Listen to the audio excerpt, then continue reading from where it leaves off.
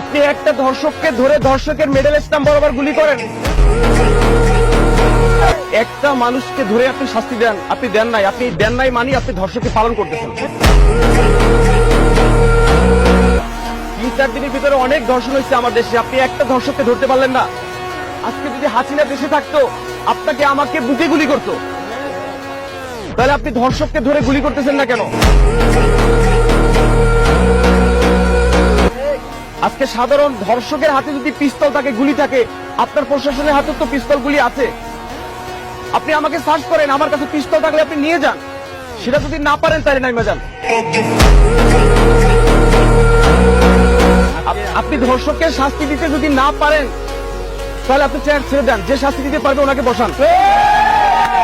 আমার দেশের মা বোন যদি নিরাপত্তায় না থাকে, আজকে আপনার মেয়েকে দর্শন করলে তো আপনি কান্নাকাটি শুরু করে দিতেন ভাই।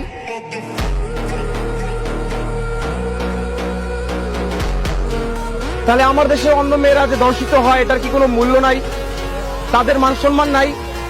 তাহলে আপনি খুঁজতেছেন না কেন? আপনি একটা ধর্ষককে ধরে পিলারে টানাচ্ছেন না কেন?